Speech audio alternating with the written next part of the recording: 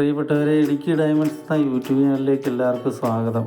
ഇന്ന് ഞാൻ പരിചയപ്പെടുത്തുന്നത് എൻ്റെ സ്ഥലത്തുള്ള വിവിധ ഇനം ജാതികളും അതേപോലെ അതിൻ്റെ രോഗപ്രതിരോധ കാര്യങ്ങളെ പറ്റിയുമാണ് ഇന്ന് നമ്മൾ സംസാരിക്കാൻ വേണ്ടി പോകുന്നത്. അതുപോലെ തന്നെ വിവിധ സ്ഥലങ്ങളിൽ ബഡ് ചെയ്യേണ്ട രീതി, അതേപോലെ ഓരോ ജാതിക്കായിലുണ്ടാകുന്ന രോഗങ്ങൾ. ഇന്ന് കായിലുണ്ടാകുന്ന രോഗങ്ങളെ പറ്റിയാണ് പറയുന്നത്. കായിലുണ്ടാകുന്ന രോഗങ്ങൾ എന്ന് പറഞ്ഞാൽ നമുക്ക് മെയിനായിട്ടും ഉണ്ടാകുന്നത് വെള്ളക്കാ പൊട്ടുന്ന രോഗമാണ്. അതേപോലെ ഫംഗസ് കൊണ്ടുണ്ടാകുന്ന രോഗങ്ങൾ, അതേപോലെ ബോറോണിൻ്റെ കുറവ്, മൂലകങ്ങളുടെ കുറവ് എന്നിവയെ പറ്റിയുള്ള ഉദാഹരണ സഹിതമുള്ള കാര്യങ്ങളാണ് ഇന്നത്തെ വീഡിയോയിൽ പ്രതിപാദിക്കുന്നത്. ഇത് ബോറോണിൻ്റെ കുറവ് മൂലം ഉണ്ടാകുന്നതാണ്. അതാണ് ഇങ്ങനെ പുള്ളിക്കുത്ത് പോലെ ഉണ്ടാകുന്നത്. അത് നമ്മൾ ബോറോണ് ഇതിൽ സ്പ്രേ ചെയ്ത് കൊടുത്താൽ മതി. അപ്പോഴത്തേന് ആ ഒരു പ്രശ്നത്തിന് പരിഹാരം ഉണ്ടാവും. ഇത് വെള്ളത്തിൻ്റെ കുറവ് മൂലം ഉണ്ടാകുന്ന ഒരു പൊട്ടലാണ് കാണുന്നത്. ഈ കാ നല്ലപോലെ മൂത്ത കൊണ്ട് നമുക്ക് ഇതിൻ്റെ ചുവന്നായിട്ട് കിട്ടും. സാധാരണ വെള്ളക്കാ പൊട്ടുക എന്ന് പറയുമ്പോൾ അത് വെളുത്ത നിറത്ത് ഇരിക്കുന്നതാണ്. ഇത് പെട്ടെന്ന് മൂത്തുകൊണ്ടാണ് നമുക്കിത് ചുവന്നായിട്ട് തന്നെ നമുക്ക് കിട്ടിയിരിക്കും.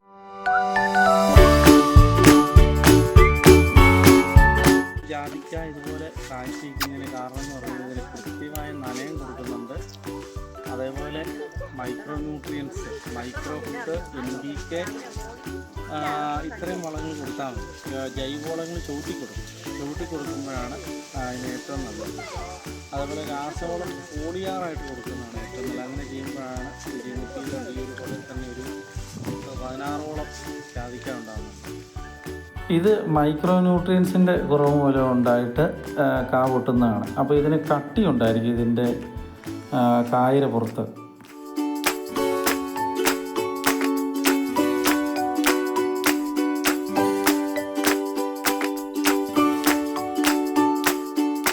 ഇത് എന്ന് പറഞ്ഞു കഴിഞ്ഞാൽ ഇത് ഫംഗസ് മൂലം ഉണ്ടാകുന്നതാണ്.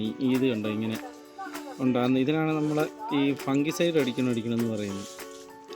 ഫംഗിസൈഡ് നമ്മളിപ്പോൾ ഞാനിവിടെ ഉപയോഗിക്കുന്ന റാപ്പപ്പ് എന്ന് പറഞ്ഞ മരുന്നാണ്. ബയോഫിറ്റ് എന്ന് പറഞ്ഞ കമ്പനിയുടെ.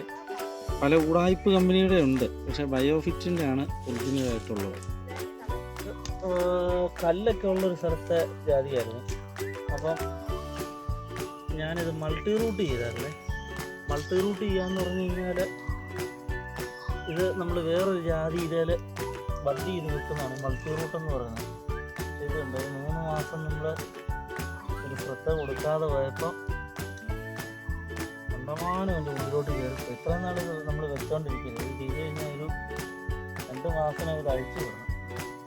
ഇത് നമ്മൾ ഓരോ സ്ഥലത്ത് ബഡ് ചെയ്യുന്ന രീതികളാണ് പറയുന്നത്. ഇപ്പം മണ്ണ് തന്നെയുള്ള സ്ഥലത്താണെങ്കിൽ ഒറ്റ ജാതിയെ തന്നെ ചെയ്താൽ മതി.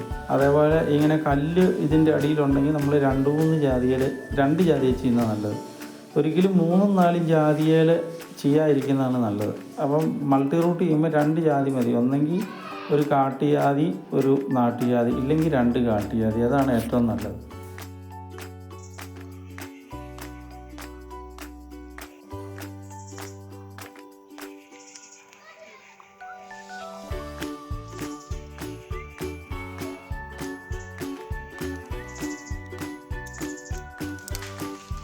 ഇത് ഒക്കെ തടിയായിപ്പോയി.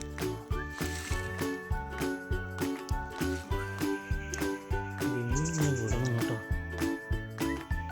ഇല്ലെങ്കിൽ സാധനത്തിൻ്റെ അധോഗതി വരും.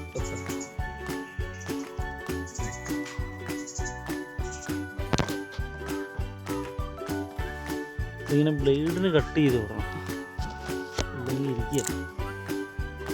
ഇതിപ്പോൾ ചെയ്തിട്ടൊരു 4 മാസത്തിന് മേലെയായതാണ്. ഇത് കറക്റ്റ് ഒരു 2 മാസം കഴിയുമ്പോൾ, 1.5 മാസം കഴിയുമ്പോൾ ഇത് അഴിച്ചു വിടണം. ഈ കല്ലിൻ്റെ മുകളിലായതുകൊണ്ടാണ് അന്ന് 2 ജാതി ചെയ്തിരുന്നത്. 3 ചെയ്തിരുന്നത്. ഒരെണ്ണത്തിൽ ഞാൻ ഒടിച്ചപ്പോൾ അതൊന്ന് വിട്ടുപോകും.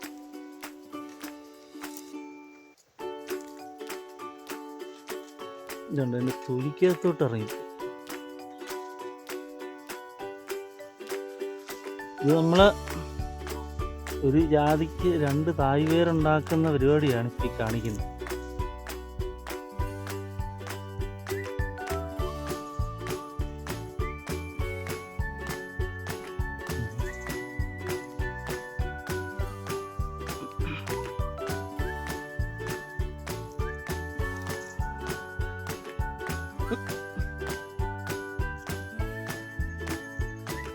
ഓക്കെ.